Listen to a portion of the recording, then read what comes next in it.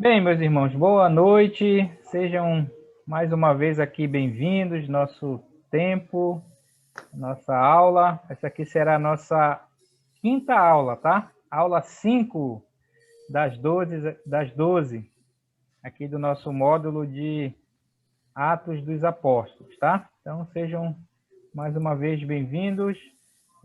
Só lembrar aqui os irmãos que eu já enviei os vídeos, tá? Da aula 1, 2, 3 e 4.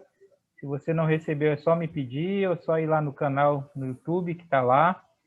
E também a tarefa, tá? Tem 4 tarefas, tá? Eu estou enviando aí todas de uma vez para você. Não deixe acumular muito essas tarefas aí do Bruce, tá? Mas a gente tem recebido aí as tarefas dos irmãos. Aí o Bruce tá corrigindo aí, depois ele fala um pouco mais, tá?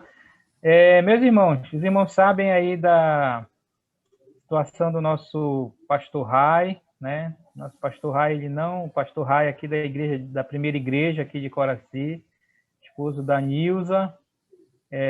O Rai aí não está bem, né? As últimas informações aí que a gente tem recebido aí da família, tá? Então, daqui a pouco, nós vamos tirar um tempo aqui na nossa aula para fazer um tempo de oração pelo Rai, tá? Então, mais tarde eu vou interromper aqui a aula do Bruce, a gente vai dividir aqui em grupos e a gente vai tirar esse tempo para orar aí pelo pastor Rai, tá bom? Mas nós vamos iniciar, eu quero passar aqui logo o tempo para o Bruce, e Bruce pode orar ou pode pedir para alguém orar, tá? Então pode ficar à vontade aí, Bruce. Ok. Boa noite para todos. Alguém gostaria de orar por abrir nosso tempo juntos, lembrando do Rai, mas lembrando da nossa carência da presença de Deus para nos ensinar. Alguém pode orar por nós? Eu posso. Anderson, Ok. oremos.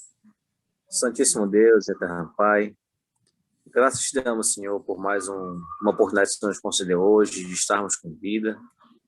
Deus, e hoje poder rever nossos irmãos para mais esse dia de aula com o pastor Bruce. Só posso, Senhor, nos abençoar, que o teu Espírito Santo, Senhor, possa iluminar nossas mentes para que possamos entender acerca da sua palavra, Pai.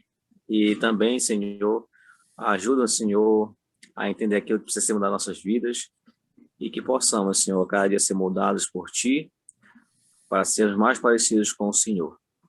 Nós também, nesse momento, queremos pedir, Senhor, pela vida do pastor Rai, juntamente com sua esposa e filhos.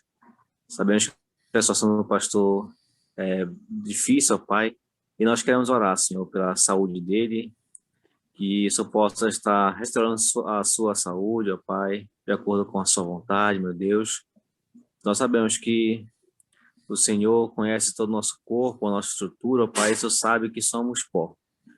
Deus, nós pedimos em favor do nosso irmão e pastor, que ele possa também sentir-se, Senhor, confortado pelo Senhor, Deus, e que possamos entender que o Senhor é soberano e que nada foge do seu controle, ó Pai. Nós te louvamos porque servimos o Deus verdadeiro, Deus que sabe de todas as coisas. É isso que pedimos e agradecemos por tudo. Em nome do teu Filho amado, Jesus Cristo. Amém. Ok, eu vou compartilhar a tela com vocês e você me fala quando você quer interromper. A última vez que estávamos juntos, deixa eu ver, a gente leu esse versículo, esse é o versículo que eu mais gosto, capítulo 5. Fala assim, sabe, expressamente os fariseus disseram isso: vos ordenamos que não ensinassem nesse nome. Contudo, encheste Jerusalém de vossa doutrina, do seu ensinamento, e queres lançar sobre nós o sangue desse homem.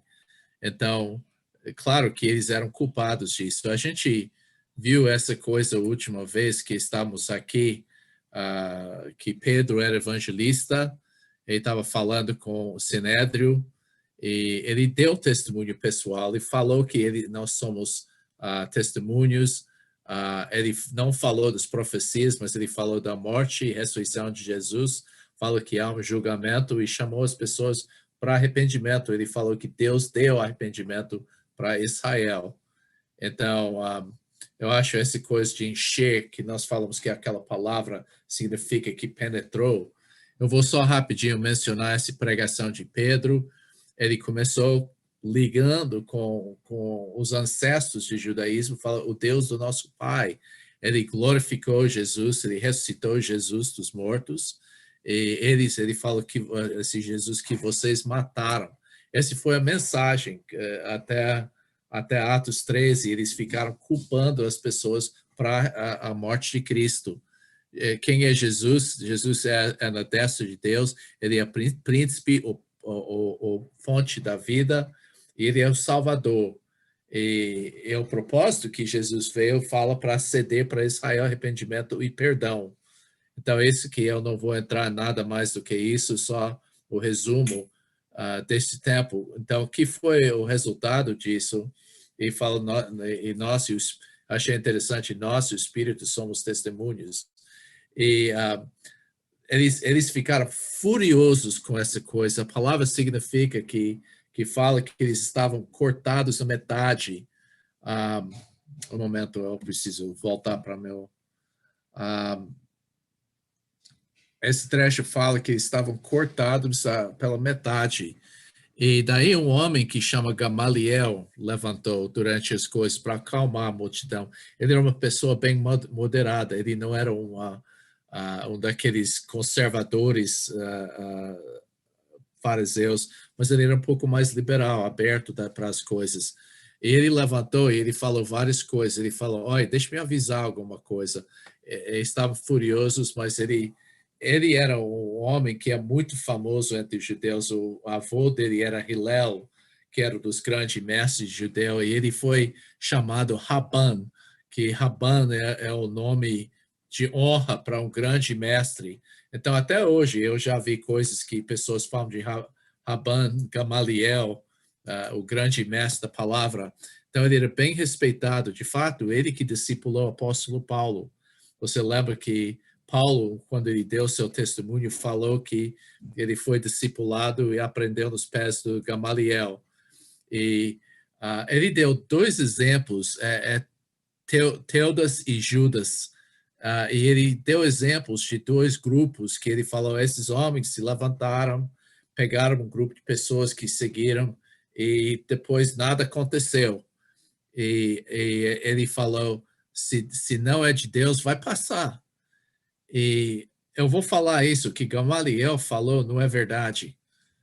Deus usou isso para poupar os apóstolos, mas em realidade não foi a verdade, porque a gente tem muitas seitas que sobrevivem até hoje, Testemunho de Jeová, os Mormons e vários grupos que ensinaram as coisas falsas. E eles não passaram, eles continuaram. E basicamente o que Gamaliel falou, ele deu dois exemplos desses dois homens que levantaram um grupo, um monte de gente foram atrás desses dois, mas eles passaram e morreram. Esse Teudas, a gente não sabe muita coisa diferente do que Joséfo falou, mas esse Judas, ele é bem conhecido e, de fato, as histórias do dia falam desse Judas que levantou. Mas ele falou, olha, se não é de Deus, vai passar. Se é de Deus, vocês seriam contra Deus, vocês estariam lutando contra Deus. Então, ele falou para eles, deixa eles para cá, para lá. Esse foi o conselho. Eles escutaram a voz do Gamaliel. E o resultado disso, o Sinédrio, eles açoitaram os apóstolos. Mas eu gostaria que alguém lesse para mim versículos 40 até 41 de capítulo 5. Alguém pode ler para mim? Chamando os apóstolos, açoitaram-nos e ordenaram-lhes que não falassem em nome de Jesus. Os soltaram, e eles se retiraram do sinédrio, regozijando-se por terem sido considerados dignos de sofrer afrontas por esse nome. E todos os dias, no templo e de casa em casa, não cessavam de ensinar e pregar Jesus, o Cristo. Ok, duas coisas que são importantes. A primeira coisa, açoitaram, e eu não sei se você lembra, os judeus teve o costume de só açoitar uma pessoa 40 vezes, porque eles acreditaram que a lei fala que não pode fazer mais de 40, e para não ficar enganado, eles sempre fizeram 39, e era uma coisa bem séria, mas olha qual foi a reação deles. Eles regozijaram. E eu creio que eles lembraram de que Jesus falou em Mateus 5, 10 a 12, que ele falou, bem-aventurados que são perseguidos, bem-aventurados que são perseguidos pelo meu nome. E falou, e eles saíram de lá regozijando por ser achado digno de sofrer afrontas para Jesus. Eu acho que hoje em dia, se alguém critica a gente ou qualquer coisa, a gente começa a reclamar, mas eles regozijaram. E eu vou falar, eu não sei se muitos de vocês sabem dessa história, mas eu estava meio... houve um tempo que eu fui muito perseguido por várias áreas dos Estados Unidos, do Brasil, e fora da Igreja de Irmãos. Eu fui muito criticado um tempo lá. Mas eu vou te falar, a coisa que aconteceu, que eu aprendi, eu comecei a estudar essas questões de perseguição, de ser criticado. E a Bíblia fala muito sobre os benefícios espirituais que vêm da vida de uma pessoa que sofre, que é criticado ou qualquer coisa. Eu vou te falar, os tempos mais difíceis da minha vida foram os momentos que eu senti mais a presença de Deus na minha vida. Então, quando eu estava enfrentando dificuldades dessa maneira, Deus estava realmente muito misericordioso comigo, e eu vi a mão de Deus sobre minha vida, e eu achei muito legal.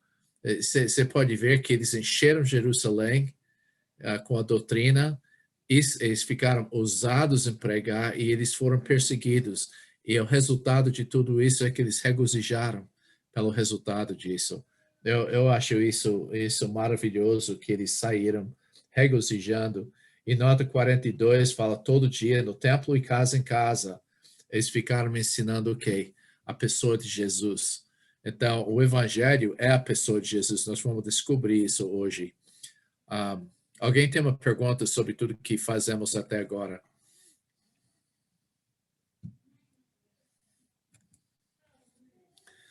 Senão a gente entra em capítulo 6, semente 10, uma igreja que está crescendo envolve todos no trabalho da igreja. Mas uma igreja que está crescendo envolve todos no trabalho da igreja. Eu estou vendo que pessoas ainda têm muito pensamento sobre o fato que o pastor, a gente está pagando o pastor para fazer o trabalho da igreja, e a igreja não está funcionando como corpo.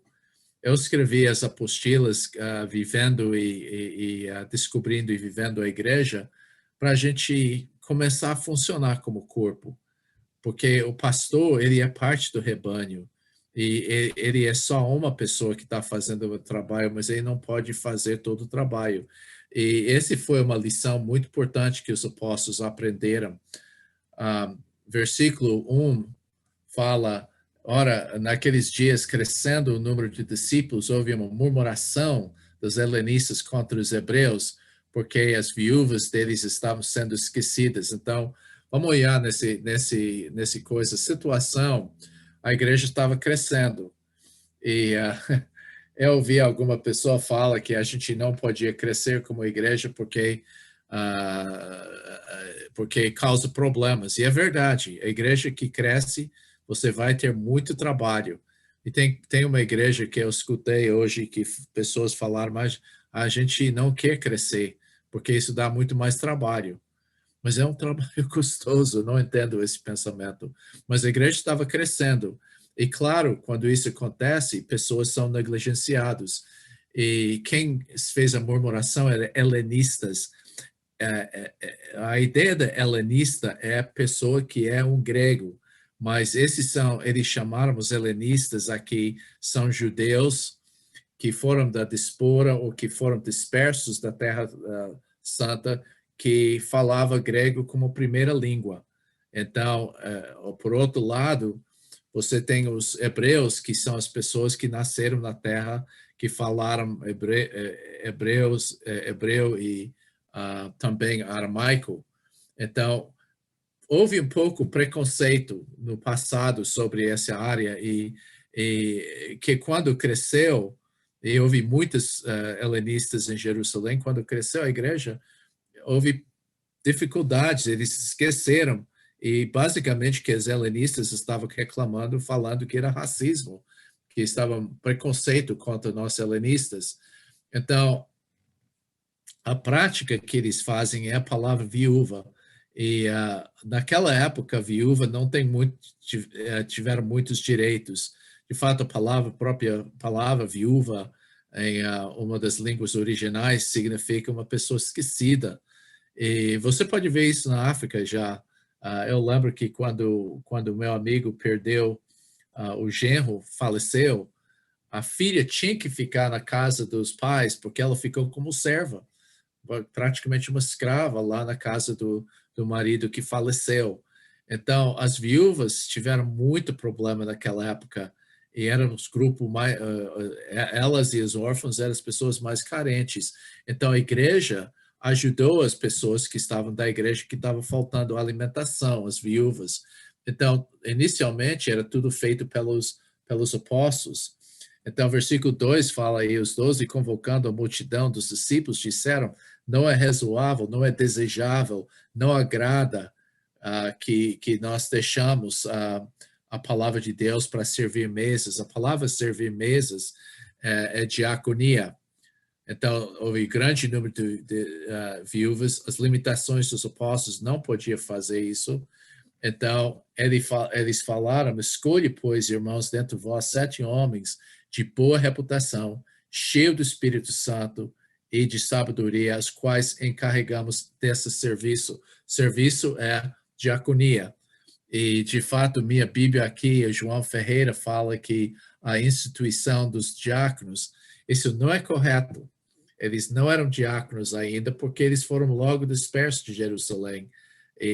Mas eles serviram, de fato, quando eles falaram desse ministério,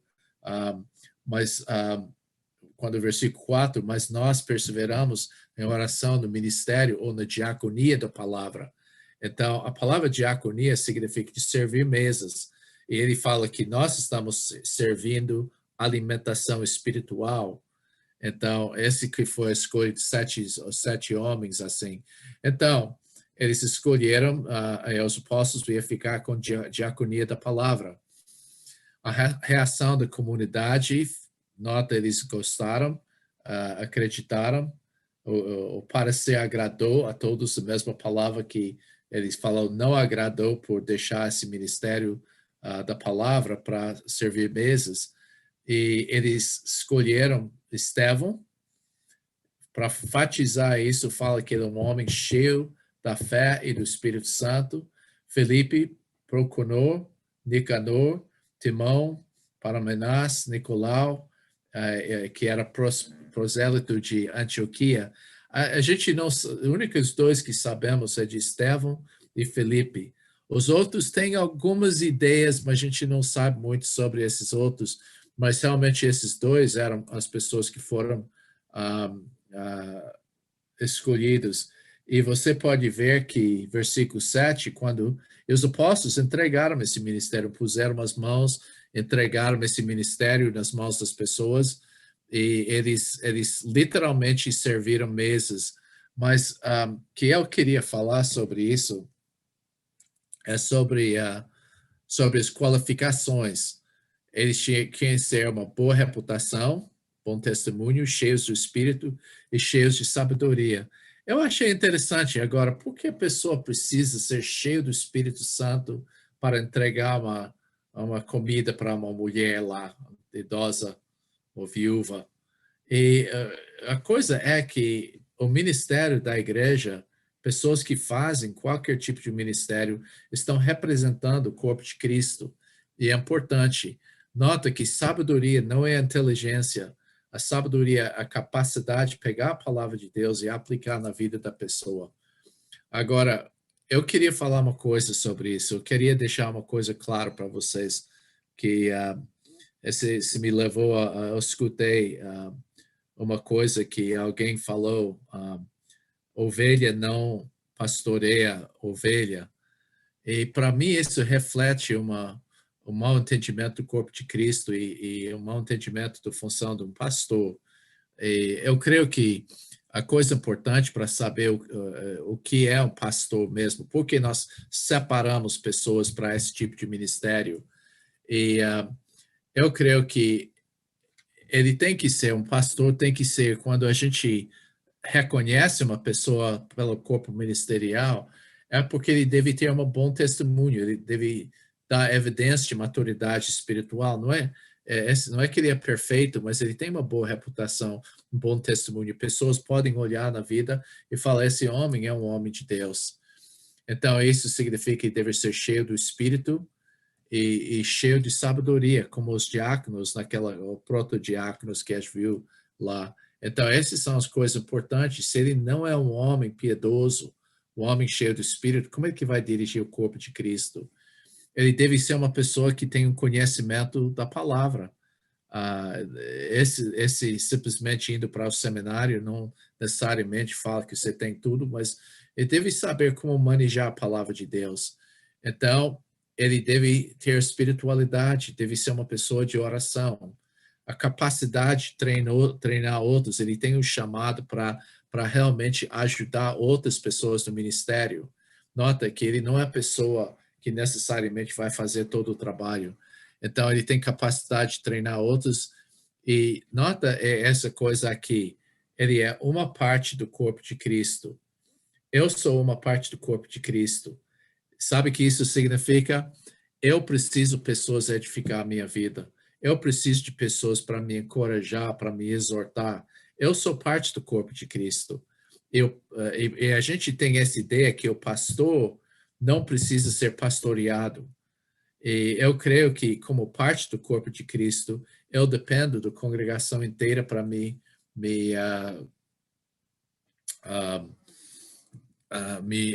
pastorear. O que não é, o pastor não é perfeito. Ele precisa de edificação também. Ele não é um sacerdote. Eu não sei, porque eu sou pastor, não significa que minhas orações são mais poderosas do que qualquer outro. E ele não é o edificador da igreja. Conforme Efésios capítulo 4, ele edifica, ele treina as pessoas da igreja, mas a função da edificação são das pessoas da igreja. Todos são responsáveis. Quando escuta uma frase como que o pastor não, que a ovelha não pastoreia a ovelha, para mim isso indica que é uma desculpa para não se envolver em trabalho. Essa é a função do pastor.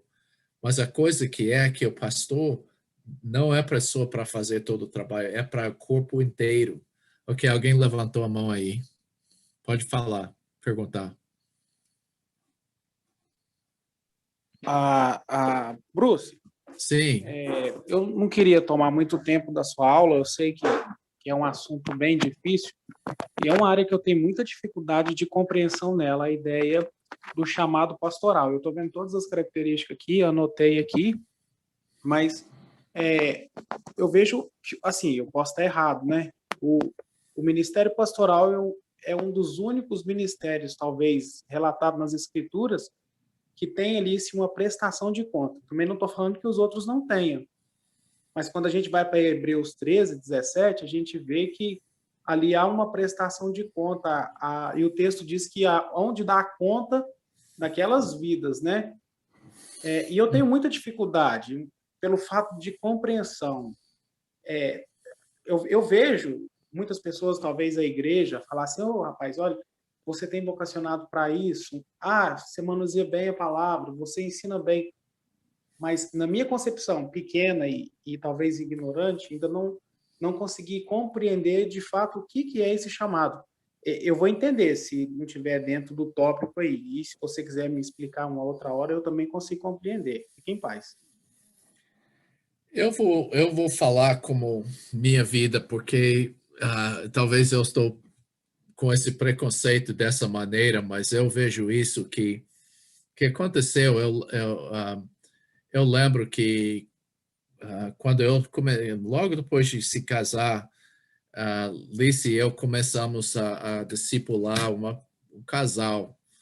E eu confesso que eu fiz muita coisa errada nessa coisa que eu não sabia que eu estava fazendo. Mas a coisa é que eu fiquei fiel naquela coisa. Perfeito, não. Mas eu fiquei fiel. Daí passei um tempo como professor da universidade, eu fiquei frustrado com a universidade. Eu decidi, olha, em vez de ficar reclamando, eu vou simplesmente me dedicar a discipular outras pessoas. Comecei a discipular um jovem. Eu fui fiel. Mandou o segundo, depois terceiro, quarto, quinto. E chegou o ponto que as pessoas estavam me procurando em vez dos professores do seminário lá na universidade.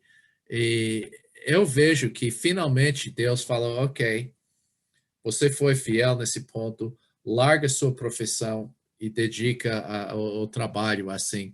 Então eu vejo que o chamado era por etapa.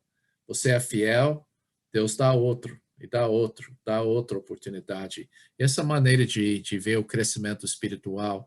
E se você mostra fruto, pessoas vão ver o fruto na sua vida, eles vão ver você é um homem de Deus, você tem as qualidades, e esse vai ser bem óbvio. Mas a gente tem essa questão, você está dentro do ministério ou fora.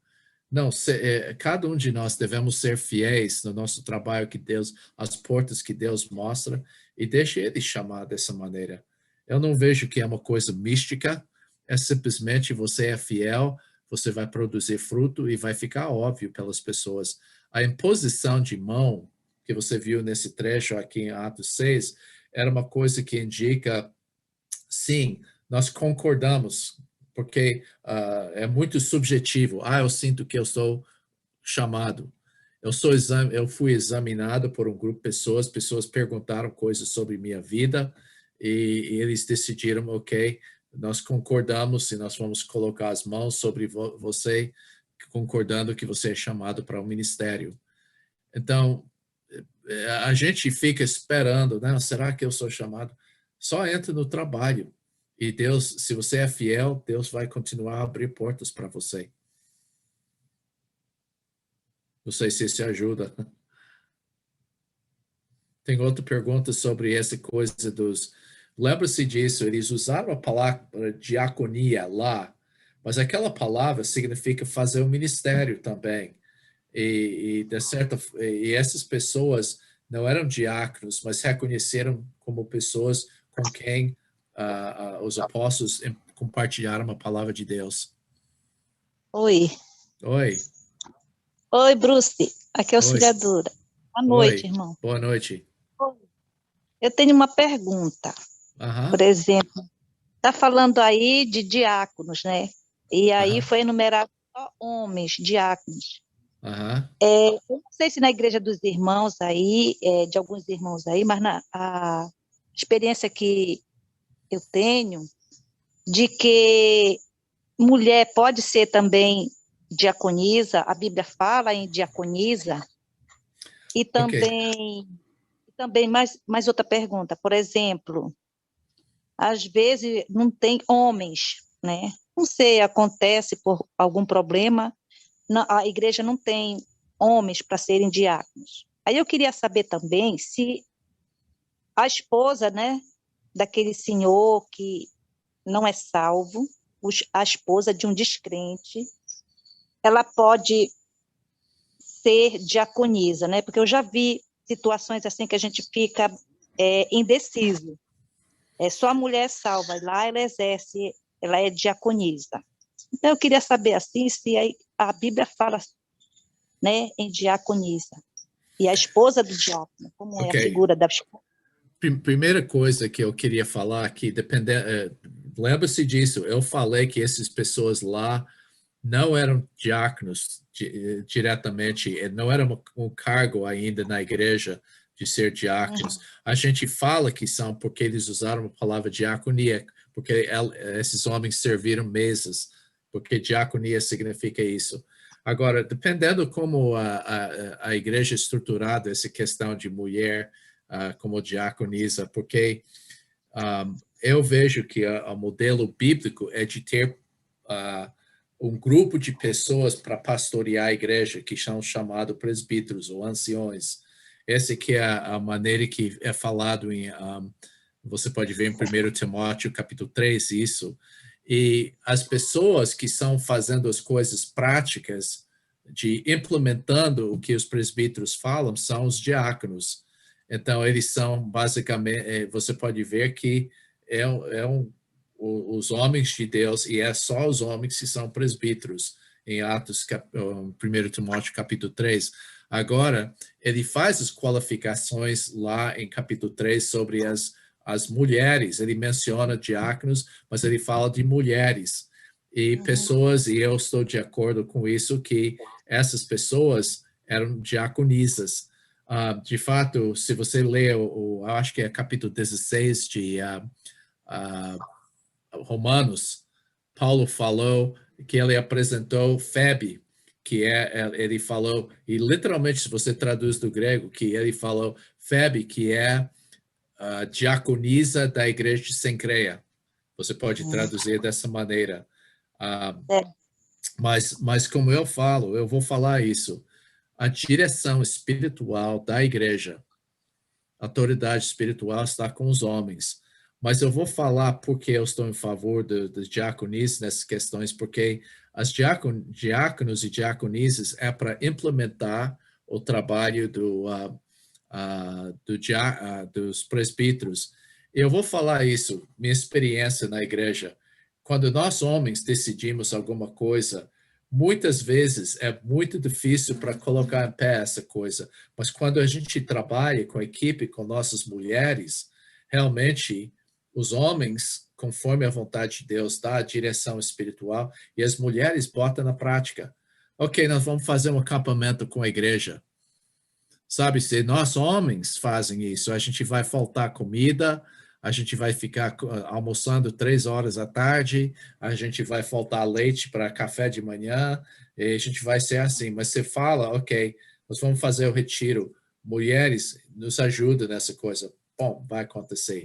Então, quando a gente trabalha com equipe, é bem melhor desse jeito. Tá. Perguntas? Entendi. Érica. Oi, Érica. Estava refletindo aqui, né? Tem aquele versículo onde fala como deveria ser um sacerdote, como deveriam ser, né, os pastores na época, né? Que fala que ele deveria ser marido só de uma mulher, aí dava elenco como ele tinha que ser como pai, né? E a gente vem olhar no tempo de hoje, eu acho que nem isso não pode mais, porque tem muitos pastores hoje e alguns filhos, adolescentes, ou até na fase de 19, 20 anos, que já saíram da igreja.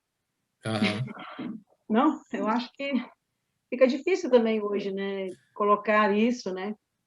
Ela perguntou ainda, se ainda tem mulher fazendo, se faz, né? Mas também fica difícil também até no tempo dos homens hoje. Não, eu olho naquele coisa que às vezes eu quero entregar e falo que eu não sou pastor, por causa do fato que é muito, muito grande isso, né? Porque eu conheço muitas pessoas e eu tenho muitas dúvidas sobre os gostos dos nossos filhos também, né? Então, é como eles estão com Deus, a gente ora por isso, mas aquele trecho está falando quando são pequenos, eles estão obedientes, você é bom pai da família, essa qualidade que é importante. Ok, eu queria falar sobre essa pessoa que chama Estevão. A coisa que ele foi selecionado entre esses 7 helenistas, mas olha o que fala sobre esse homem aqui. Versículo 8 fala, ora, Estevão, nota que ele falou que para ser qualificação é para ser cheio do Espírito Santo. Ele estava com boa reputação e cheio do Espírito Santo. Versículo 5, eles até falaram dos 7, mas eles falaram de novo que Estevão era um homem cheio de fé e Espírito Santo. E em versículo 8 ele fala, ora Estevão, cheio de graça e poder, ok? Cheio de sabedoria, de graça e poder, cheio de fé. Ele é, versículo 8, cheio da graça.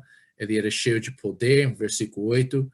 E em versículo 15 fala, então, quando eles arrastaram ele na frente do Sinédrio, eles falaram, olha, fitando os olhos, versículo, então, todos os que estavam assentados no Sinédrio, fitando os olhos nele, viram o seu rosto como um anjo. Então, ele estava cheio da presença de Deus. Eu creio que a gente podia falar em 7:59, quando ele orou, quando ele estava morrendo, Pai, perdoa-os porque não sabe o que estão fazendo. Para mim, ele era cheio do caráter de Jesus. Ele falou a mesma coisa morrendo que Jesus falou, de dar perdão para as pessoas que estavam realmente matando. E olha como esse homem era cheio. Estevão era cheio de sua reputação, do Espírito. Fala 4 vezes que ele estava cheio do Espírito. Cheio de sabedoria, 2 vezes fala, cheio de fé, graça, poder, a presença de Deus e o caráter de Jesus. Então, esse homem era um homem de Deus.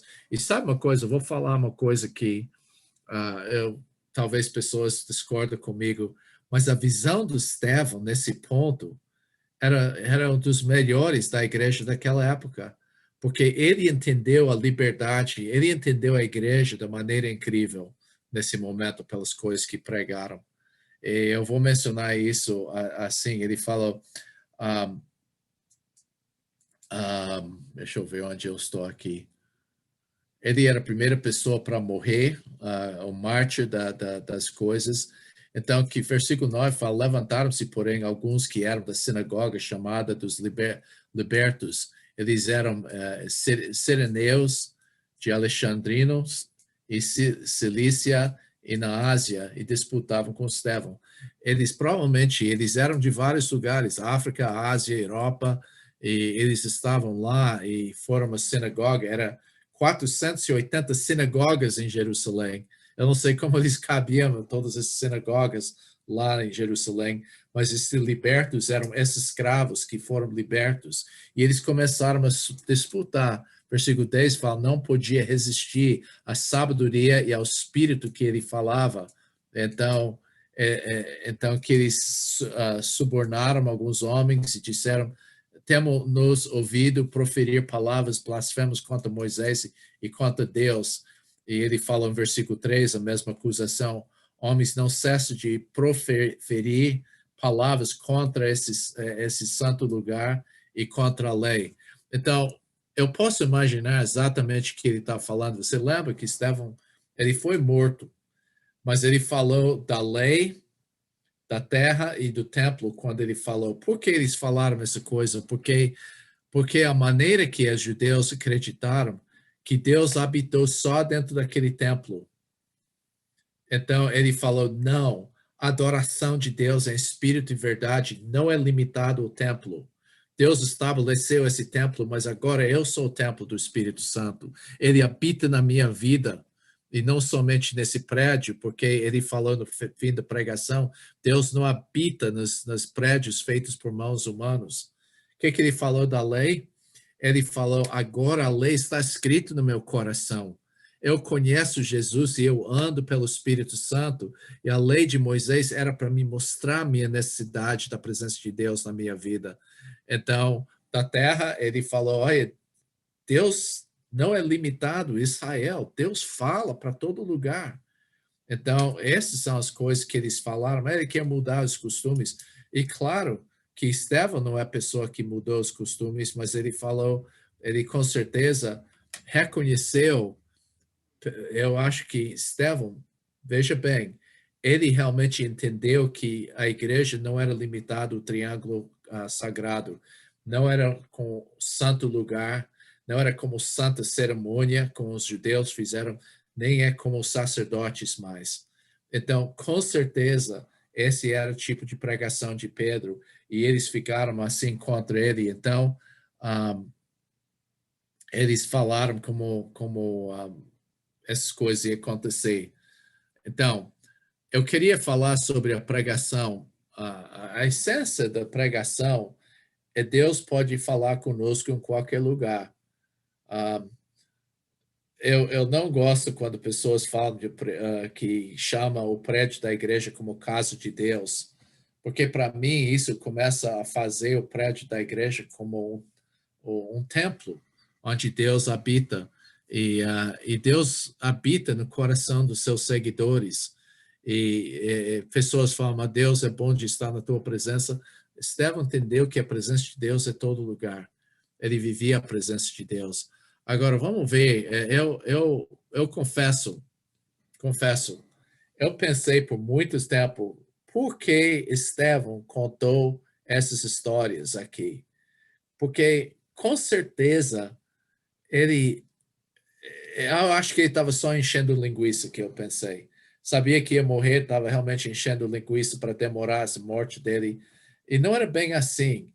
A pregação do Estevão, capítulo 7, é maravilhoso. Dá a gente um maior entendimento do que aconteceu com Abraão, o que aconteceu com José e o que aconteceu com Moisés. Nos deu entendimento sobre essa questão do templo e tabernáculo de maneira incrível. Então, como eu falei, eu pensei que estava só enchendo linguiça para demorar a coisa, fazendo cera, como pessoas falam no futebol, mas é muito bom. Eu vou começar como ele pregou aqui. Deixa eu ver aqui, eu preciso mudar para a próxima coisa.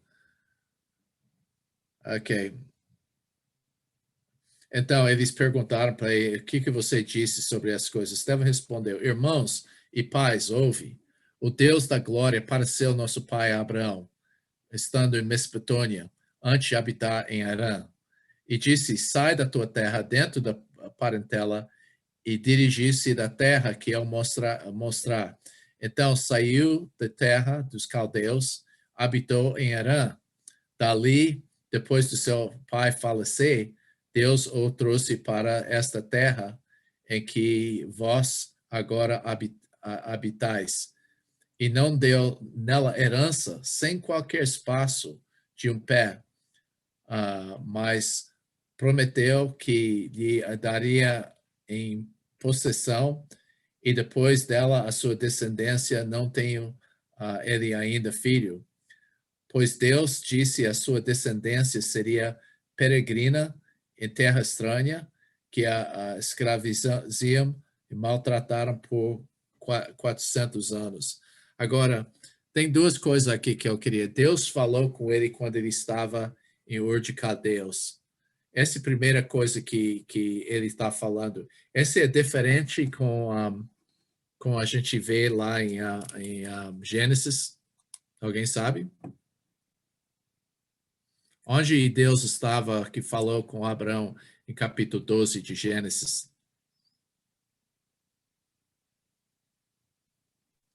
Dá a entender que é em Harã, né? Quem falou isso? Eu, auxiliadora. Parabéns, auxiliadora, você pegou. Então, eu vou falar sobre isso, uma contradição na Bíblia, porque Estevão falou que estava lá em Ur de Caldeus e Gênesis fala que é Harã. Estevão pisou na bola? É uma contradição na Bíblia? Não.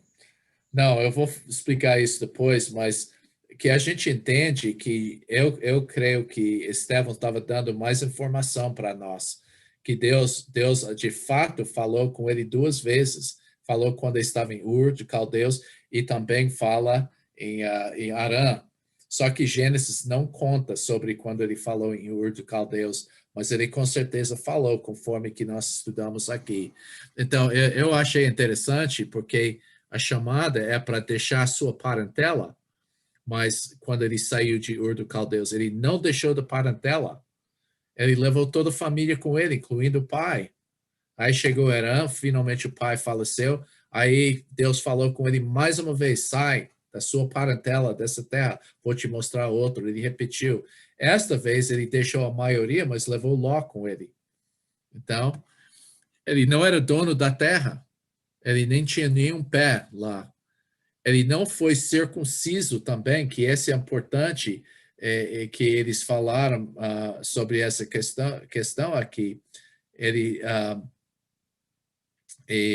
falou, versículo 8, e deu o pacto, a aliança de circuncisão. Então, ele não foi circunciso, a cerimônia santa. Ele não estava realmente dono daquela terra, e ele nem estava na terra de Israel quando Deus falou com ele as 2 vezes. Então, essa coisa. E ele associou a perseguição, ele prometeu perseguição que vai chegar dos judeus. E esse é o ponto que ele escolheu 3 exemplos da história de Israel: Abraão, José e Moisés. E o ponto que ele queria falar com esses 3, Deus falou em diferentes lugares, fora da Terra Santa. Não houve templo, não houve a Terra Santa, mas realmente Deus falou em diversos lugares. E sabe uma coisa? Cada vez que Deus fala com alguém, eles pegam uma perseguição. Então, esse foi Abraão. Ele falou de José. E o que aconteceu com José? Ele foi perseguido pelos irmãos. A Bíblia fala, em versículo 9, fala que os patriarcas, movidos de inveja, venderam José para Egito, mas Deus era com ele. Esse versículo é importante, versículo 9, porque houve perseguição pelos irmãos, inveja, e Deus estava com ele em Egito. E eles falam que os pais morreram no Egito.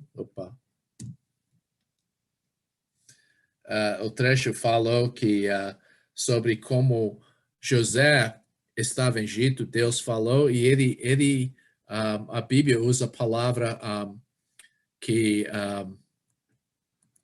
desculpe, eles usam uma palavra que significa que ele é tipo salvador, ele salvou a família dele. Então, ele fala que José era tipo de Cristo. Você pode ver que ele era tipo salvador do povo, porque realmente ele deu alimentação. Mas Deus falou com ele no Egito, eles foram enterrados na terra lá e foram transportados. Moisés, eu não troquei a foto lá, mas ele foi rejeitado pelos judeus. Deixa eu ver aqui, versículo 22 fala, assim Moisés foi instruído em toda sabedoria de egípcio e era poderoso em palavras e obras. Ora, versículo 23, olha, esse não está em Gênesis também, mas eu creio que é informação importante, porque Gênesis não deu nome ou a idade. Ora, quando ele completou 40 anos, veio-lhe de coração visitar seus irmãos, os filhos de Israel. A Bíblia não fala, o Gênesis não fala que ele estava com 40 anos. E no dia seguinte, apareceu-lhe quando brigavam e quis levá-los à paz, dizendo: homens, sois irmãos, por que maltratais um ou outro? Mas o que fazer justiça ao seu próximo se repeliu, dizendo: quem é que construiu sobre o Senhor juiz sobre nós? Acaso queres tu matar-me como ontem matastes o egípcio? Então ele fugiu, porque ele ficou com medo. Eu vejo o que estava acontecendo aqui. Moisés sabia, Deus revelou para ele em Egito que Deus tinha escolhido ele para liberar o povo. Mais uma vez, um salvador. O que aconteceu? Deus apareceu com ele quando ele estava fora do tempo, da terra.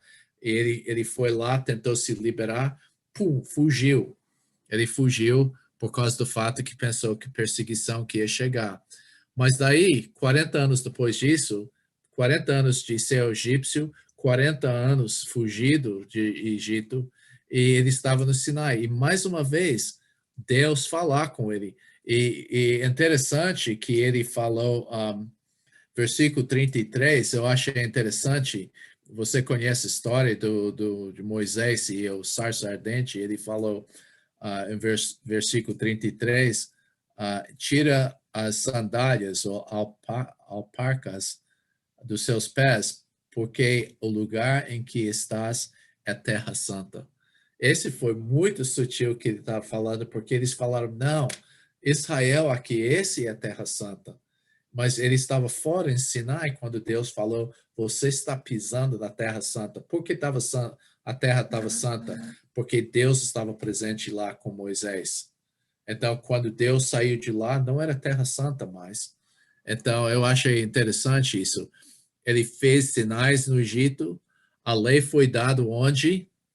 No Sinai, não em Israel. Deus comunicou a vontade dele em Sinai através disso. Ele profetizou a vinda de Jesus. Você sabe que em Deuteronômio, eu acho que é 18, ele profetizou, o profeta vai se levantar entre vocês. E ele foi rejeitado de novo. Ele liberou os povos lá, e quando ele foi lá em cima da montanha para pegar a lei, o que aconteceu? As pessoas, nem sabemos o que aconteceu com esse Moisés. E nota que ele foi perseguido 2 vezes. Ele foi perseguido quando rejeitado, quando ele tentou liberar as pessoas, e ele foi rejeitado de novo nesse momento. E a Bíblia fala que ele fez o tabernáculo e não o templo. Eu queria mencionar uma coisa sobre isso, o tabernáculo, o templo aqui. Qual a diferença? Eu acho que Deus, a vontade dele era para ficar com... Oi? Só uma coisa interessante também, é que eu estava vendo aqui, eu me lembrei, tanto Moisés, Deus usou ele no Egito, como José também no Egito, e Jesus também, ele foi para o Egito. Sim. Né? Ele fugiu, José, Maria e Jesus, quando era pequeno, para o Egito também. Sim, é uma profetia, vou chamar meu filho do Egito. Essa razão, eu não queria necessariamente entrar nessa coisa, mas a gente fala que é uma coisa que chama tipologia. E que a tipologia é que é uma coisa que uma pessoa que prefigurava Cristo. Então, você tem várias pessoas no Antigo Testamento. Você tem Moisés, que prefigurava Jesus. Você tem José, você tem Melquisedeque. Você tem várias pessoas que prefiguravam a pessoa de Jesus. Mas Adão? Sim. Não, Adão também. Adão, sim, ele chama Jesus segundo Adão. Tem vários tipos no Antigo Testamento, né? Mas o que eu queria falar, Davi Gillis pediu para mim em 2013 para fazer um estudo sobre o templo. E sabe o que eu entendi? Eu quero que você veja a simbologia do tabernáculo. O tabernáculo é uma barraca, uma tenda, não é um prédio. E é uma coisa que podia ser mudado para um lugar para outro. E é interessante que Deus ele colocou a barraca dele, a tenda dele, no meio do povo. Você pode ver na distância, nessa foto na esquerda, as diferentes barracas, mas Deus teve sua barraca dentro do povo. E isso é significante porque João 1,14 fala que Deus e o verbo se tornou carne e habitou entre nós. A palavra habitar é a palavra para barraca. E quando você vê João 1,14, se você quer traduzir literalmente, e Deus se tornou carne e colocou sua barraca no meio de nós. Fantástico isso, que fala da intimidade. Mas a palavra do templo, o templo significa, uma palavra templo significa mansão. Mansão para mim não é aconchegante. Eu não sei se você já entrou no museu que era uma mansão. Você tem Lauro Sadré. Eu fico surpreso. Eu já entrei várias vezes no Casa do Governador e Lauro Sadré lá no centro, na Praça do Relógio em Belém. É mansão do governador daquela época. E não é aconchegante. Uma barraca é mais aconchegante, né, com as pessoas. Mas eu não sei se você lembra, eu não sei a referência agora, mas Davi chegou para Natan, o profeta, e falou: olha, eu estou vendo, olha, eu estou no palácio aqui do presidente, o rei, e Deus está habitando numa tenda. Isso não é justo. Eu quero fazer um templo, uma coisa muito bonita para ele aqui em Jerusalém. E Natan falou: você é homem de Deus, pode fazer, faça o que está no seu coração. E daí, quando Natan estava saindo, Deus falou com Natan, falou: olha, volta lá e fala com Davi. E basicamente Deus falou isso, olha, eu sou 400 anos morando numa barraca, eu já pedi um templo, eu já pedi um prédio, eu já reclamei para você, você acha que eu preciso de uma coisa assim? Você acha que eu habito na casa que você pode fazer? Ele falou bem duro com Davi, mas ele falou, ok, se vocês querem um templo, tá bom, mas não é você que vai construir, vai ser seu filho Salomão. Então, você pode ver no fim dessa pregação que ele falou, deixa eu ver, falou como eles rejeitaram Moisés,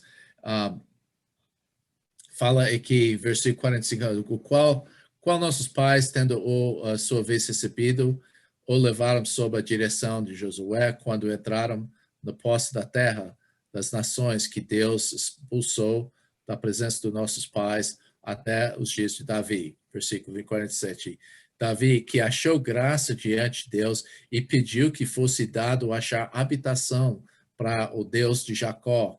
Versículo 47, entretanto, foi Salomão quem edificou uma casa, mas altíssimo, mas ele falou, ok, a vontade de Deus era ficar mais numa tenda assim, porque ele citou uma profecia de, eu acho que era Isaías, ele falou, então foi, mas o Altíssimo não habita em templos feitos por mãos dos homens, como diz a profeta, o céu e o trono e a terra, o escabelou dos meus pés. Que casa me edificareis, diz o Senhor? O qual é o lugar do meu repouso? Não fez porventura a minha mão todas as coisas?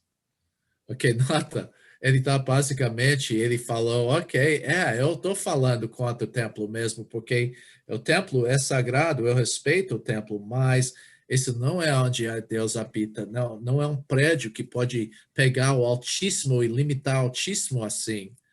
Então, a gente repete para mim o mesmo problema quando a gente chama o prédio das nossas igrejas o templo do Senhor, ou chama casa de Deus, porque não é. As pessoas pensam que isso é onde você encontra a presença de Deus. E quando o povo está reunido buscando a Deus, lá é a presença de Deus.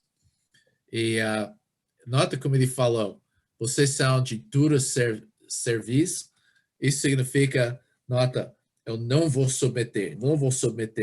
Então, quando o pescoço é duro, você não pode curvar perante Deus. Ele falou, vocês estão muito teimosos, incircuncisos de coração. Todos os judeus eram circuncisos fisicamente, os homens, mas o coração, a circuncisão do coração, significa uma transformação de vida. E ele falou, vocês não são transformados. Ele falou, incircuncisos do ouvido. Você não escuta as coisas, você não tem ouvidos para escutar a voz de Deus. Vocês não escutam, você resiste o Espírito Santo, porque o Espírito Santo é que chama a gente para a salvação.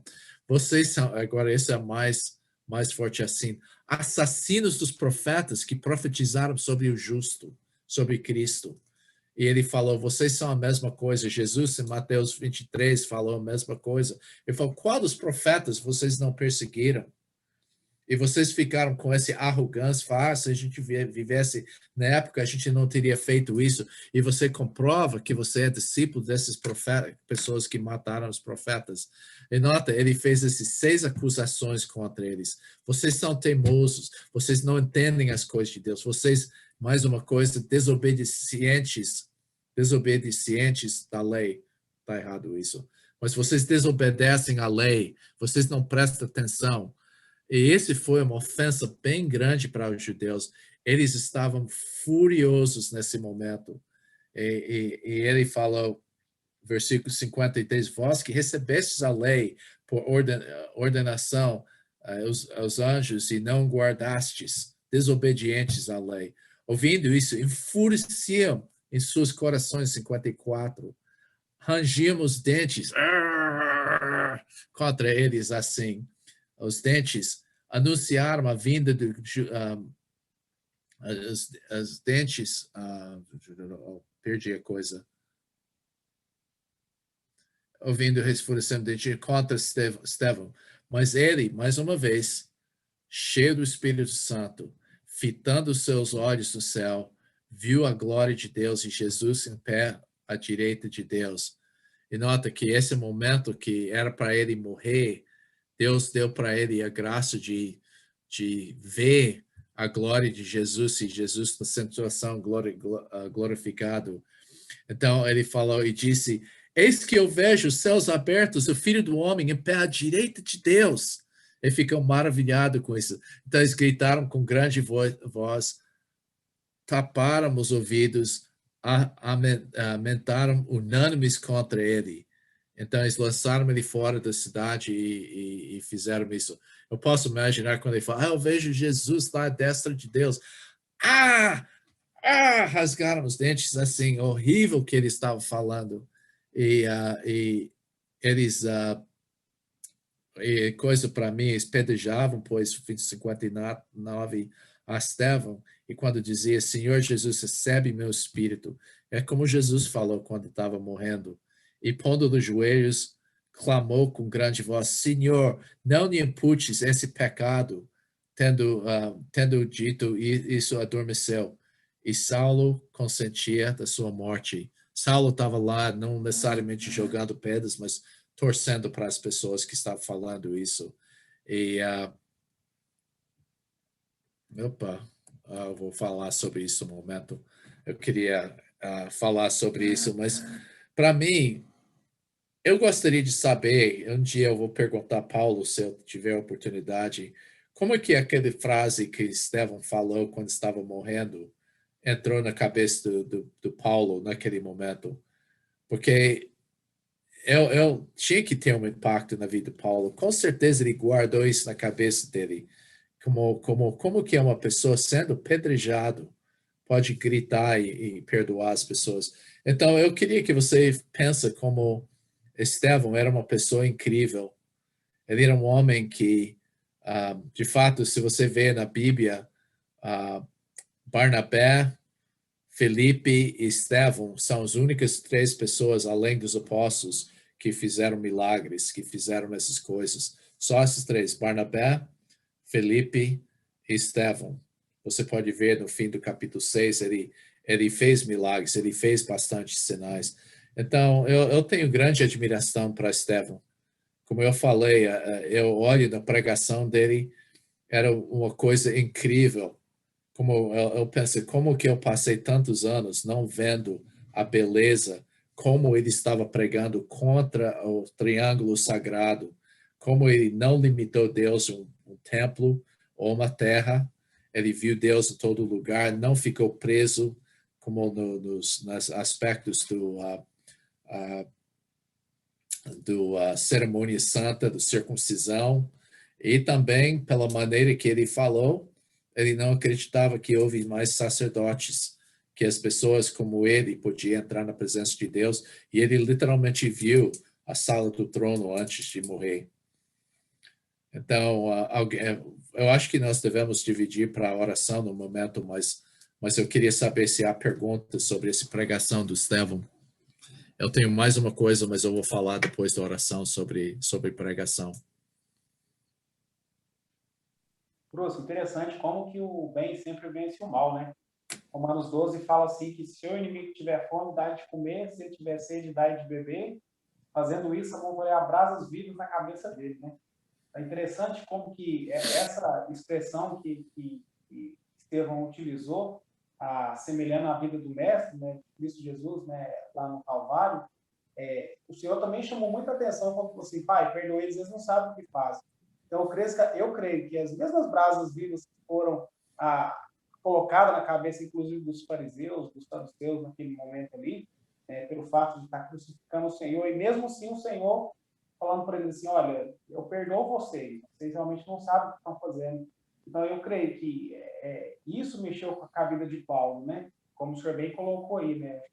Acho que aquele caminho de Damasco para Paulo foi muito grande, porque eu creio que uma ação do Espírito Santo já movia o coração dele para realmente levar ele ao arrependimento, mas isso contou muito, na verdade, o pagamento, né? O bem sempre supera o mal. Ok. Tem pergunta, comentário? Eu gostaria de fazer um comentário, Bruce. É bem interessante, na verdade, essa questão, quando eu comecei a ouvir, né, falando a respeito do templo, eu nem imaginei que iria aprofundar tanto nesse assunto, e eu acho que é um assunto assim muito pertinente, muito esclarecedor, inclusive para todos os que estão aqui, e eu pude assim raciocinar além daquilo que eu já tinha pensado antes nessa questão assim da dureza, né, como Deus ali, quando Davi pede por um tempo e Deus fala que não precisa, né? Há quanto tempo ele habita numa tenda? Mas Deus, ele não recusa o pedido de Davi, não faz pelas mãos dele, mas ele não recusa. Mas eu vejo que ali Deus, parece assim que ele dá assim um uf e diz assim, mas que povo de dura cerviz, né? Que povo de coração duro, que parece que eles ainda não me entenderam, mas eu vou dar mais um tempo para eles me conhecerem. Então, ele vai ali e cede ali o templo, né? Coloca ali, Salomão levanta um templo. Me fez lembrar sobre a história, né? O início da Igreja dos Irmãos, como durante tanto tempo, né? Os pioneiros, eles foram, como é que eu posso dizer? Eles relutaram na construção de um prédio, né? Mas novamente mostrou-se a necessidade, né? Certamente havia algumas pessoas que tinham essa necessidade. Aí me remete novamente lá atrás, né? A Davi novamente pedindo ali como um templo, essa necessidade de haver um templo. E para finalizar, como assim as coisas... hoje nós somos uma geração, eu acredito, inclusive, que a última geração, e segundo, inclusive, a ciência, os cientistas, eles dizem que a cada geração, a próxima geração, ela tem um QI, né, que ela supera o QI da sua geração anterior. Então, possivelmente, podemos nos considerar um povo, inclusive, mais inteligente, de um QI mais elevado, de um entendimento talvez mais fácil, e ainda mais, conhecendo a história de Jesus e da igreja, né, assim, de uma forma muito plena e com tudo nas nossas mãos, porque nós temos, além de termos a Bíblia, a gente tem todo o aparato tecnológico. Mas, mesmo assim, é muito interessante, né, esse assunto e muito pertinente, porque como parece assim que muitas vezes a igreja, né, mesmo depois de ser admoestada, ela vai sair digamos assim, daquele ensino, daquele aprendizado, chamando novamente o prédio de templo, e não a mim, porque já entendi que chamava também, mas levando, muitas vezes, aquele que está chegando recentemente a crer que ali dentro existe uma santidade diferenciada da santidade que tem na sua própria intimidade, no seu quarto, né? Que, na verdade, ali é um prédio de comunhão, um prédio... essa observação, mas, como eu falo, é algo assim que novamente assim me fez assim enxergar até mesmo a história da nossa igreja como Davi lá atrás, né? Às vezes a gente está querendo alguma coisa que às vezes não é a vontade de Deus, né? E só para finalizar, eu sempre penso nisso como a carta de divórcio, né? A carta de divórcio, mas não era que fosse da vontade, não que fosse da vontade dele, né? Então, assim, a dureza, né? A dureza do coração do homem, assim como Deus, ele tem sido assim infinitamente paciente, e não que ele aceite, mas ele permite que as coisas vão andando até que parece assim que o seu infinito amor, ele permite assim nos dar tempo, né? Até a gente se chegar e até ter um verdadeiro entendimento. Era esse o comentário. Sabe uma coisa que, se você está... A mensagem para mim do Estevão é que Deus fala quando Ele quiser, mas as pessoas que escutam a voz de Deus são sempre perseguidos, até pelos religiosos, né? Essa coisa de ser acusado contra, uma coisa que eu pensei, eu já fui... Bruce está contra a escola dominical. Eu não estou contra a escola dominical, eu estou contra só ter a escola dominical que não tem função. Bruce está contra o pastor. Eu não sou contra o pastor, eu tenho meu pequeno pastor aqui, alguém deu para mim. Ele é meio gordo, parece Donald Trump, mas eu ganhei isso, fica na minha mesa aqui, pastor lá. Eu não estou contra o pastor, mas eu sou contra muito a visão que pessoas têm que não é bíblico do pastor. Então, é importante isso.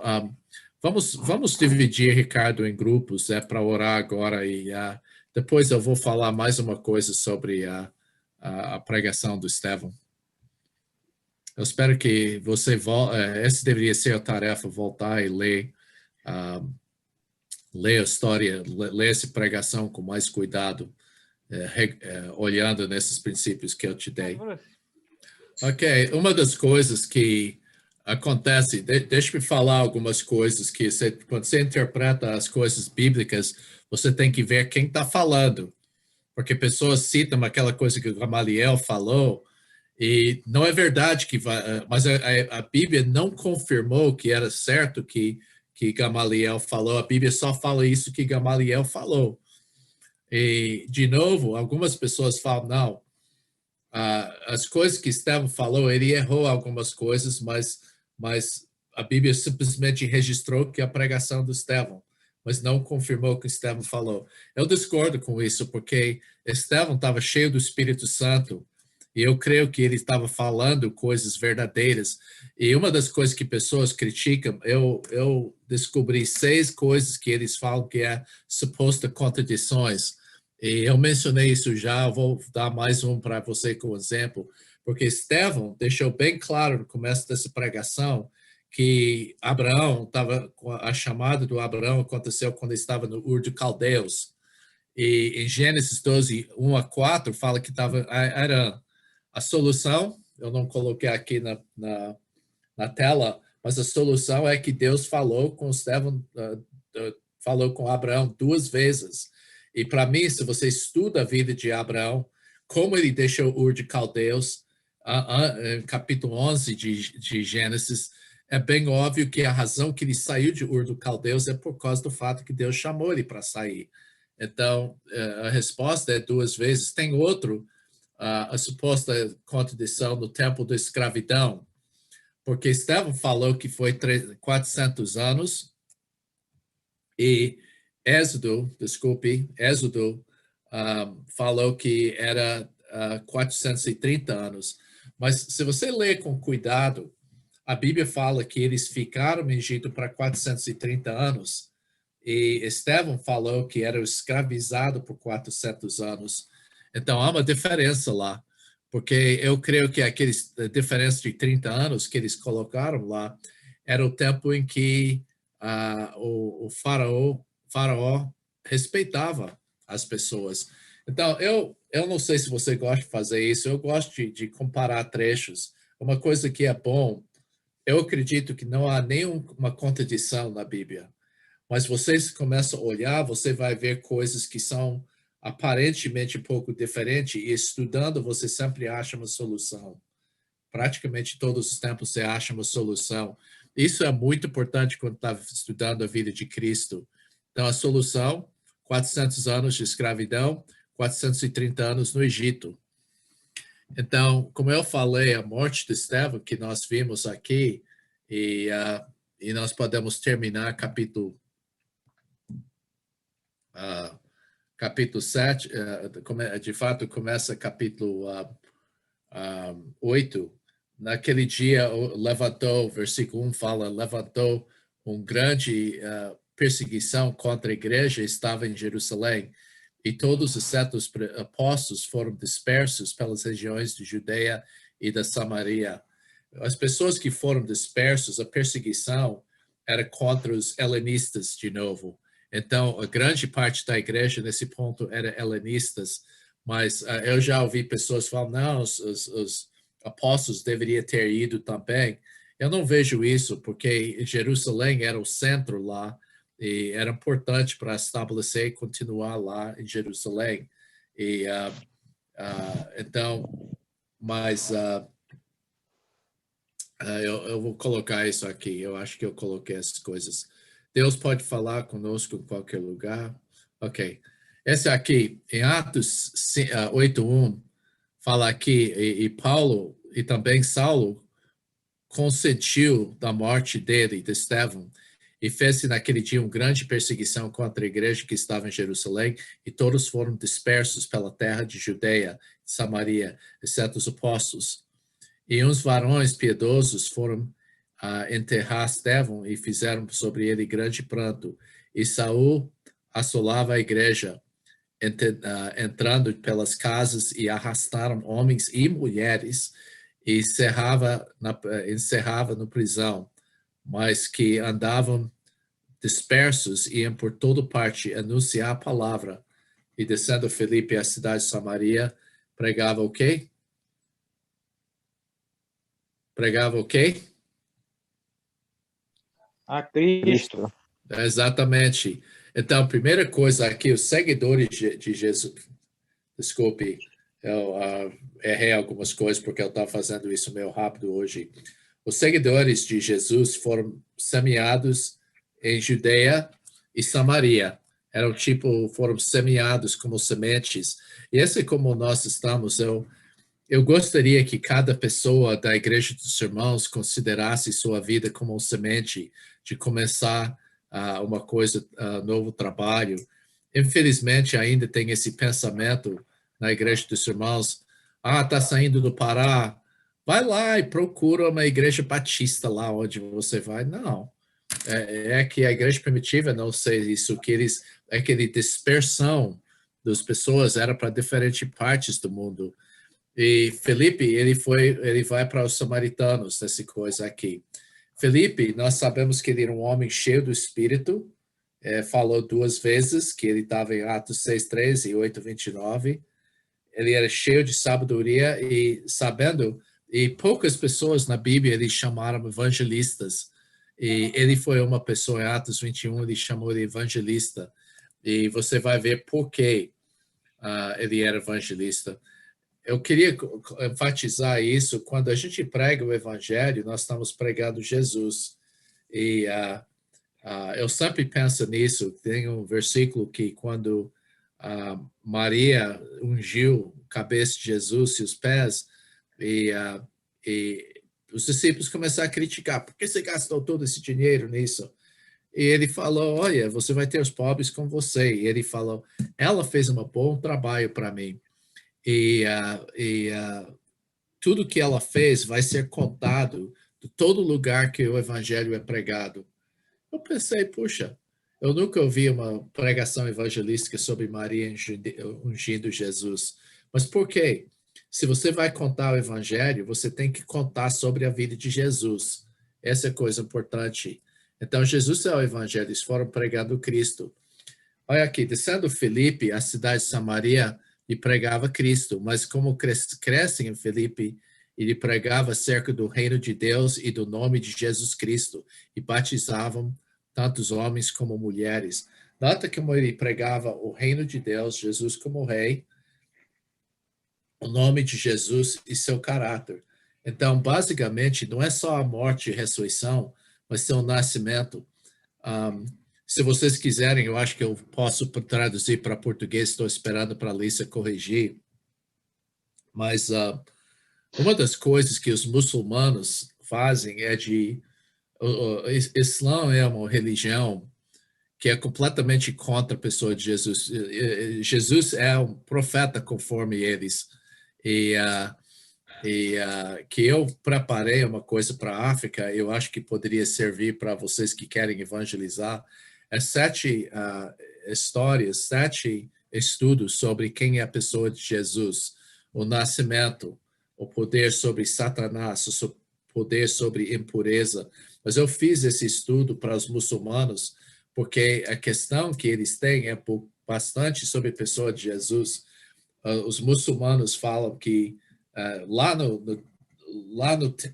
lugar onde o templo estava, aquele coisa da rocha lá em Jerusalém, a coisa que há um só Deus e ele não tem filho. Essa é uma afirmação que Maomé fez, que tem fechado os muçulmanos para a realidade de quem é Cristo. Há um só Deus e ele não tem filho. E eles falam que Jesus não morreu na cruz, que os romanos estavam com raiva, os judeus estavam com raiva, pegaram uma pessoa errada e crucificaram, e Deus levou Jesus para o céu. Então, você pode ver, a pessoa de Jesus é importantíssimo para o muçulmano, e eu creio para o católico também, por isso nós fazemos 7 sinais. Mas ele pregou que Estevão, ele pregou Jesus, você pode ver mais uma vez, tanto na história da mulher, do eunuco de Etiópia, e também Estevão quando falou em Samaria. Olha, eu queria que você preste bem atenção dessas palavras, pode marcar na sua Bíblia. E as multidões unanimemente prestavam atenção ao que Felipe dizia. Nota que aquela palavra prestava atenção é muito forte, nós vamos ver isso no momento, mas tenha ideia que eles aceitaram aquela palavra, porque ouvia, esse significa que eles deram atenção para a palavra e viram os sinais que fazia. Agora nós temos a segunda pessoa. De novo, a gente teve Estevão, agora Felipe que fez milagres. E os apóstolos, pois, estavam em Jerusalém, ouvindo que Samaria recebera a palavra de Deus. Eles aplicaram, esse significa que eles não simplesmente, acho que é a verdade, mas eles realmente abraçaram a palavra de Deus para eles mesmos. E versículo 12 fala, mas como crescem em Filipe, e pregava acerca do reino de Deus e do nome de Jesus, se batizava tanto homens e mulheres. Eles creram e batizavam. E o resultado, e havia grande alegria naquela cidade. Eu coloco assim, essa figura aqui. Eu não estou podendo ver a parte lá em cima. O que fala lá em cima? Entenderam. Ok, está bloqueado pela faixa preta aqui. Eles entenderam a palavra de Deus, eles concordaram e prestavam atenção, abraçaram a palavra, que significa que eles receberam e eles confiaram na palavra. Essa palavra que eles, a palavra de crer aqui é uma palavra muito forte, porque a palavra, confiando nisso, eles aplicaram na sua vida. E qual foi o resultado? Eles foram batizados conforme isso, e os resultados ficaram cheios de grande alegria. Interessante, no livro de Atos, você pode ver, quando pessoas abraçaram Cristo, a palavra alegria sempre é parte do que eles falaram lá com as pessoas. Então, eu falei, fé verdadeira e progressiva, essa razão que eu fiz essa coisa aqui. Você pode ver a fé deles ficar mais e mais e mais forte acerca de abraçar a mensagem que Felipe anunciou. Então, o resultado era grande alegria. Então, fé verdadeira progressiva. Você vai aumentando, chegando mais e mais confiança até você abraça e aplica a palavra de Deus. E isso vai produzir alegria na vida das pessoas. Mas interessante, tem um versículo, um momento eu acho aqui, eles contaram sobre um homem aqui, versículo 14, os apóstolos, pois, que estavam em Jerusalém, tendo ouvido que os de Samaria haviam recebido a palavra de Deus, enviaram Pedro e João, os quais, tendo descido, oraram por eles para que recebessem o Espírito Santo. E porque daí versículo 16 é uma explicação, porque sobre nenhum deles havia ele descido ainda, mas somente tinha batizado o nome do Senhor. Então, a grande pergunta que eu preguei esse trecho na África para o grupo de missionários, e muitos deles falaram, nunca tinha pensado nisso. Eu joguei a pergunta, por que eles não receberam o Espírito Santo quando creram? Porque se você lê esse versículo 16, porque nenhum deles havia ainda recebendo, mas somente tinham batizado no nome de Jesus, porque as pessoas naquela época iam falar, mas sempre quando a pessoa crê, eles recebem o Espírito Santo. Por que Deus não deu o Espírito Santo quando eles creram? Essa é uma grande pergunta. E como eu falei, muitas pessoas que escutaram essa pregação não entenderam isso. E eu coloquei essa coisa aqui porque Deus valoriza a unidade. Ele não... Eu acho que Deus fica triste como o cristianismo é dividido em todos esses grupos aqui e aí. em todos esses, parece que cada nova revelação começa uma nova igreja, mas Deus valoriza a unidade. Unidade é importante para a igreja e a igreja foi dado as chaves do reino. De fato, algumas pessoas pensam que as chaves do reino foram dadas para Pedro, mas a ideia do chave, e você lembra que Pedro estava presente no dia do Pentecostes, quando os judeus receberam o Espírito Santo. Pedro estava presente em Atos, capítulo, que estamos aqui, para capítulo 8, que eles receberam, os samaritanos receberam o Espírito Santo. E você pode ver que Pedro estava presente quando Cornélio e os primeiros gentios receberam uma palavra. E nós cremos que houve 3 chaves para o reino. A chave para os judeus, samaritanos e gentios. E os apóstolos e a igreja, especificamente Pedro, abriu essas 3 portas. E isso deu unidade, porque se Deus tivesse dado o Espírito Santo para os samaritanos, os judeus iam desacreditar. E Deus não queria que fosse 2 igrejas. Ele não queria 2 igrejas, igreja de judeus e igreja de samaritanos. Ele queria uma só igreja. Então, Deus deixou de dar o Espírito Santo até esses 2 apóstolos podiam chegar e confirmar a presença do Espírito Santo, que os samaritanos realmente eram iguais aos santos nesse momento. Então, eu vou entrar nisso, eu estou pensando no tempo aqui. Houve uma figura durante esse tempo que chama Simão. E ele falou em versículo 9, ora, estava ali um homem chamado Simão, que vinha exercendo naquele dia a arte mágica, ele era feiticeiro, fazendo pasmar, maravilhar o povo de Samaria, dizendo que ele era o grande poder, literalmente traduzido assim, ele é o grande poder. Eu coloquei em inglês lá, não paguei essa coisa aqui.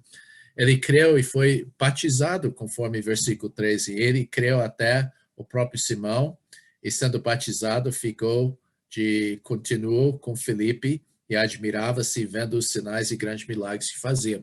Então, esse homem, ele maravilhou as pessoas. Ele começou a observar Filipe. Eu acho que ele logo percebeu que o poder de Filipe era bem maior do que o poder que ele fez. Ele usou feiticeiro. Então, a Bíblia fala que quando os apóstolos chegaram, e fala versículo 18, você lembra 17, fala que eles puseram mãos e os samaritanos receberam o Espírito Santo. Versículo 18, quando Simão viu que pela posição de mãos os apóstolos se dava o Espírito, ofereceu dinheiro, dizendo, dá-me também a mim esse poder para aquele sobre quem eu puser as mãos receber o Espírito Santo. Então, ele ofereceu dinheiro e interessante, eu procurei esse nome para ter certeza se tinha um nome em português correto, simonia. É a prática que aconteceu na Igreja Católica quando as pessoas pagaram dinheiro para uma posição maior na igreja. Então, você pode ver que ele estava com inveja do que Felipe e os apóstolos fizeram e ele queria o mesmo poder. Então, ele ofereceu dinheiro para pagar essa coisa. E veja bem como ele falou, Pedro falou para ele. Mas disse Pedro, vai tua prata contigo à perdição, pois cuidastes adquirir com dinheiro o dom de Deus. Tu não tens parte, nem sorte nesse ministério, porque o teu coração não é reto diante de Deus. Arrependei-te, pois, dessa tua maldade, e rogo ao Senhor para que, porventura, te seja perdoado o pensamento do seu coração, pois vejo estar em fel de amargura no laço e em laço de iniquidade. Respondeu, porém, Simão, rogai por mim ao Senhor para que nada do que havias dito venha sobre mim. Então, você pode perguntar muito sobre essa coisa aqui. Então, Nota as maneiras que Pedro descreveu. Perdição, não tens parte, não tens sorte nessa palavra, teu coração não é reto, iniquidade, esse em inglês, heart not right, coração não está certo, fel de amargura e laço de iniquidade. Ele usou todas essas palavras para descrever a situação do Simão. E esse mostra que ele nunca nasceu de novo. Então, a pergunta que devemos fazer, se Simão creu, por que ele não nasceu de novo? A palavra crer, no grego, pode significar de acreditar uma realidade. E com certeza ele viu o poder, acreditou na coisa, mas a palavra crer significa de colocar sua confiança somente em Jesus. Então, esse Simão, ele acreditava, mas ele foi batizado, mas não nasceu de novo. Ele é que é o falso cristão que existe hoje, porque todas aquelas palavras que Pedro falou descrevendo sua vida, esses são as marcas de uma pessoa que não nasceu de novo. Então, Simão não conheceu Cristo e não nasceu de novo, por isso ele não recebeu o Espírito Santo. Então, nesse trecho, há duas verdades que são importantes. Normalmente, escuta essas duas verdades. Normalmente, uma pessoa que nasce de novo, quando a pessoa nasce de novo, crendo no Senhor Jesus, ele imediatamente recebe o Espírito Santo e todo o Espírito Santo. Segunda coisa, é possível para a pessoa acreditar e ser batizado sem nascer de novo, quando a motivação está falsa. É óbvio que Simão estava procurando que ele queria mais poder. Ele estava tentando achar essa coisa e ele queria pagar dinheiro para isso.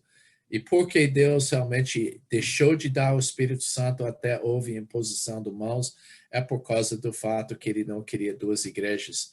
Mais uma coisa que é interessante, os africanos, eles falaram, é muito confuso isso. Eu falei, olha, nota, no dia do Pentecostes, o Espírito Santo chegou e não houve imposição de mãos. O Espírito Santo chegou. No caso de Cornélio, em Atos capítulo 10, quando o Espírito Santo desceu, não houve imposição de mãos, mas houve imposição nesse caso aqui e em Atos capítulo 19, em Éfeso, quando eles fizeram isso.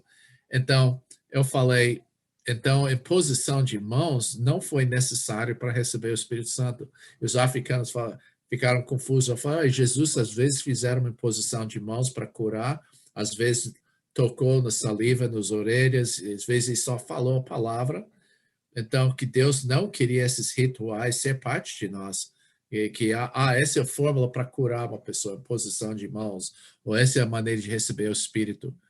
Mais um fato aqui que eu queria mencionar, eu vou talvez encerrar com isso hoje, mas eu queria, se você tem pergunta, uma coisa que eu queria comentar é sobre o dom de línguas.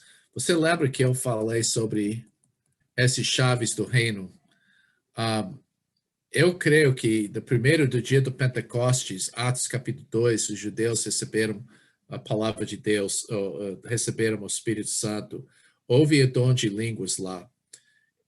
Cornélio, em Atos capítulo 10, recebeu o Espírito Santo e eles falaram, em Bíblia fala que eles falaram em outras línguas. Com os samaritanos aqui, eles não falaram sobre línguas, mas eu acredito que línguas foi falado porque versículo 17 fala, então puseram as mãos e eles receberam o Espírito Santo. Então, essa imposição de mãos, tinha que ter uma coisa visível além da posição de mãos para comprovar para os judeus que sim, os samaritanos receberam o mesmo Espírito Santo que nós recebemos. Então, era necessário, nesse caso, que eles falassem em línguas. E eu creio que isso aconteceu lá. Mas lembre-se disso. Cada pessoa, quando crê, versículo 16 é uma explicação. Porque pessoas falam, espera aí, eu li versículo 15, que eles não receberam o Espírito Santo. O que é isso? Versículo 16 explica, não, é porque nenhum deles tinha recebido o Espírito ainda, só creram. Então, Deus reteve o Espírito Santo até os dois apóstolos chegaram. Alguém tem uma pergunta aqui antes de terminar? Bruce, José, eu tenho, na verdade, uma curiosidade sobre ainda a morte de Estevão. Por que é o único lugar em que fala que Jesus Cristo estava em pé à direita de Deus? Em outras referências, fala que ele estava sentado à direita de Deus. E com Estevão foi o único lugar que ele viu Jesus em pé. Aquela palavra em pé pode significar simplesmente ele está numa posição permanente lá. É a coisa que é importante, é a sua posição. Eu pensei que você ia perguntar, você sabe que muitas pessoas orem para Jesus e falam, Senhor Jesus, faça isso. Esse é o único lugar que eu achei que foi um pedido diretamente a Jesus.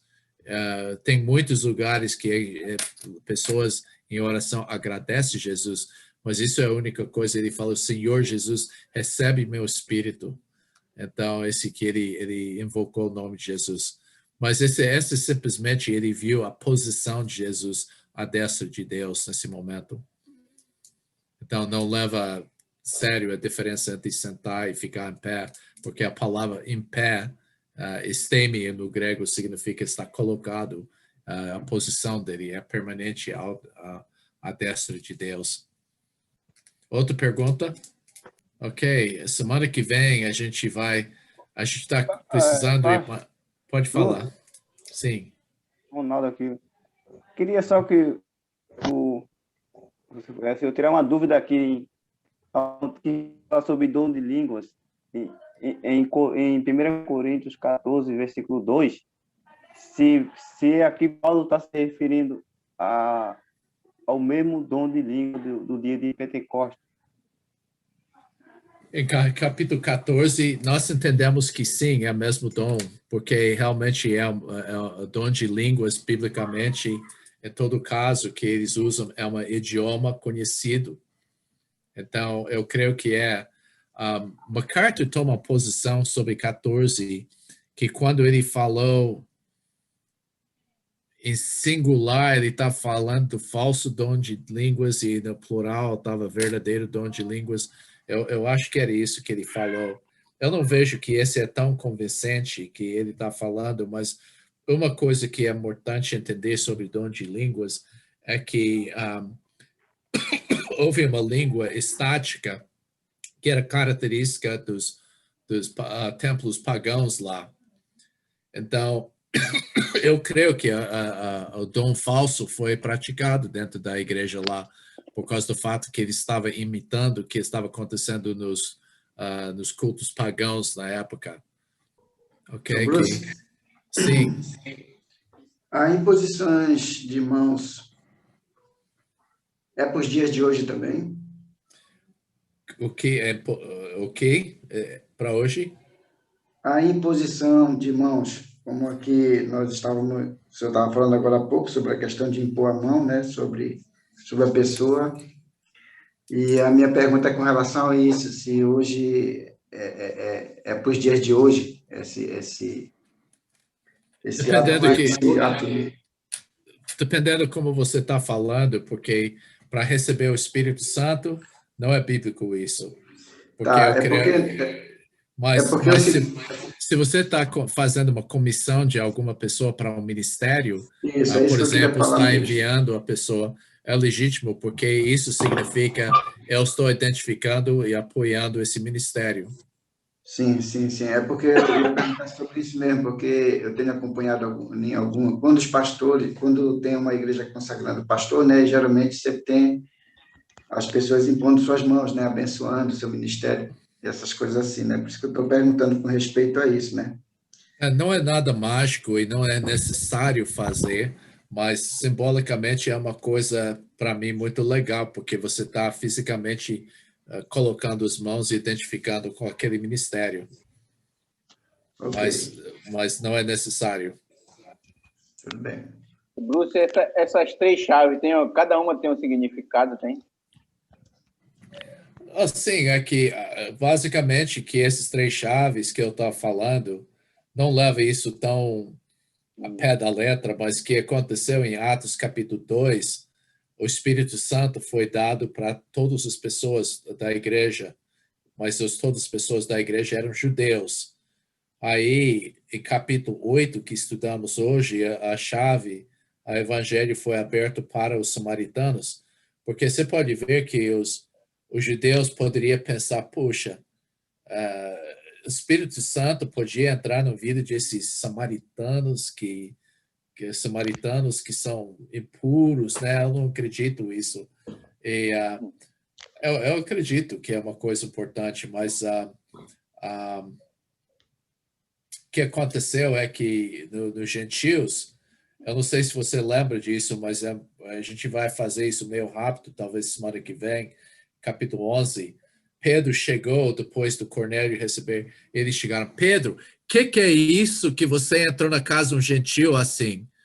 E ele explicou, não, eu tinha essa visão do lençol que desceu do céu e eu fui lá com eles e quando eu estava pregando, o Espírito Santo veio e eles falaram línguas como nós no começo também. Era igualzinho ao que aconteceu conosco.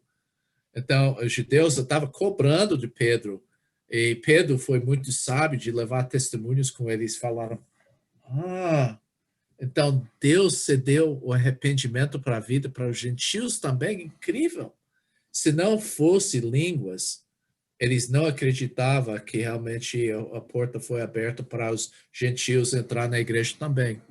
Esse que foi falado lá. Outra pergunta? Eu estava lembrando hoje de uma pessoa hoje falou, né, que estava vendo que uma pessoa estava com um bocado de chave e chamou de Pedro para ele, São Pedro, né? minha cunhada, ela não é religiosa, mas ela é mexicana e ela gostou muito das figuras, né, das imagens lá. Então meu irmão falou, olha, eu desço cada dia e quando eu desço da escada tem São Pedro lá. Eu falei, ele tem chaves? Ele falou, eu não sei. Eu falo, olha, você ser São Pedro vai ter um chaveiro, porque a Igreja Católica creu que ele é o primeiro Papa e tem a chave do reino para todo mundo. Ele foi lá, puxa, como é que você sabia que tem essas chaves lá? Mas você pode ver nas imagens católicas, São Pedro sempre está com um chaveiro lá. E Bruce? Daniel. Sim.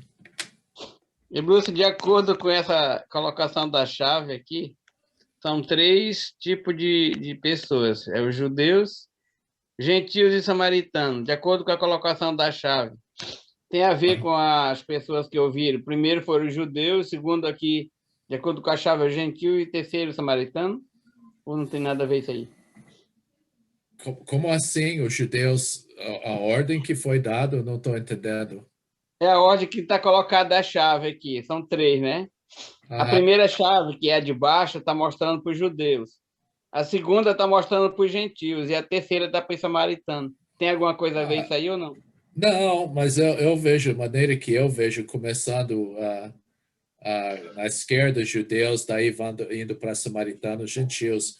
Esse é coerente, é coerente com como começa aquele versículo que fala, vos será meus testemunhos em Judeia, Samaria, Jerusalém, Judeia, Samaria, até os confins da terra. A gente está seguindo isso, porque realmente a gente encerrou a coisa a gente encerrou a Jerusalém, e no começo, se você vê em capítulo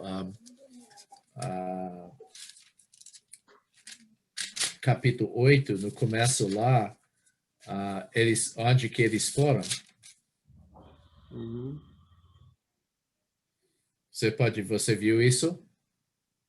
Sim. Versículo 1 fala que naquele dia houve uma grande perseguição e eles estavam dispersos.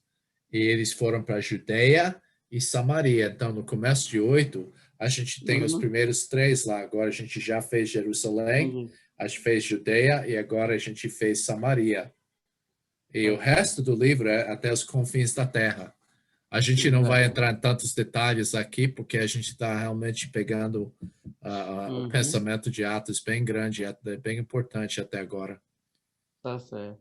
Tá ok, obrigado. De nada. Bruce, outra pergunta? Sim. Ainda agora você falou exemplo de a pessoa só acreditar e de se colocar na mão de Jesus. Eu me lembrei daquele exemplo lá, que o homem esticou um cabo de aço nas cataratas dos Niágaras e passou com um carrinho de mão cheio de tijolo de um lado para o outro.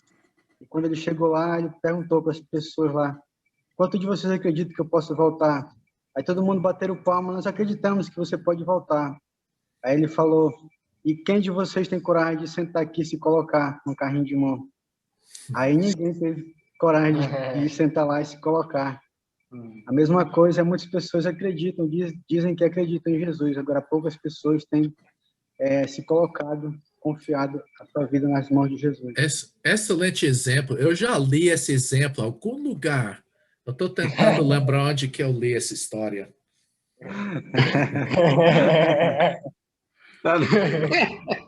Você mesmo escreveu, né? Mas a história, eu verifiquei que essa história é verídica.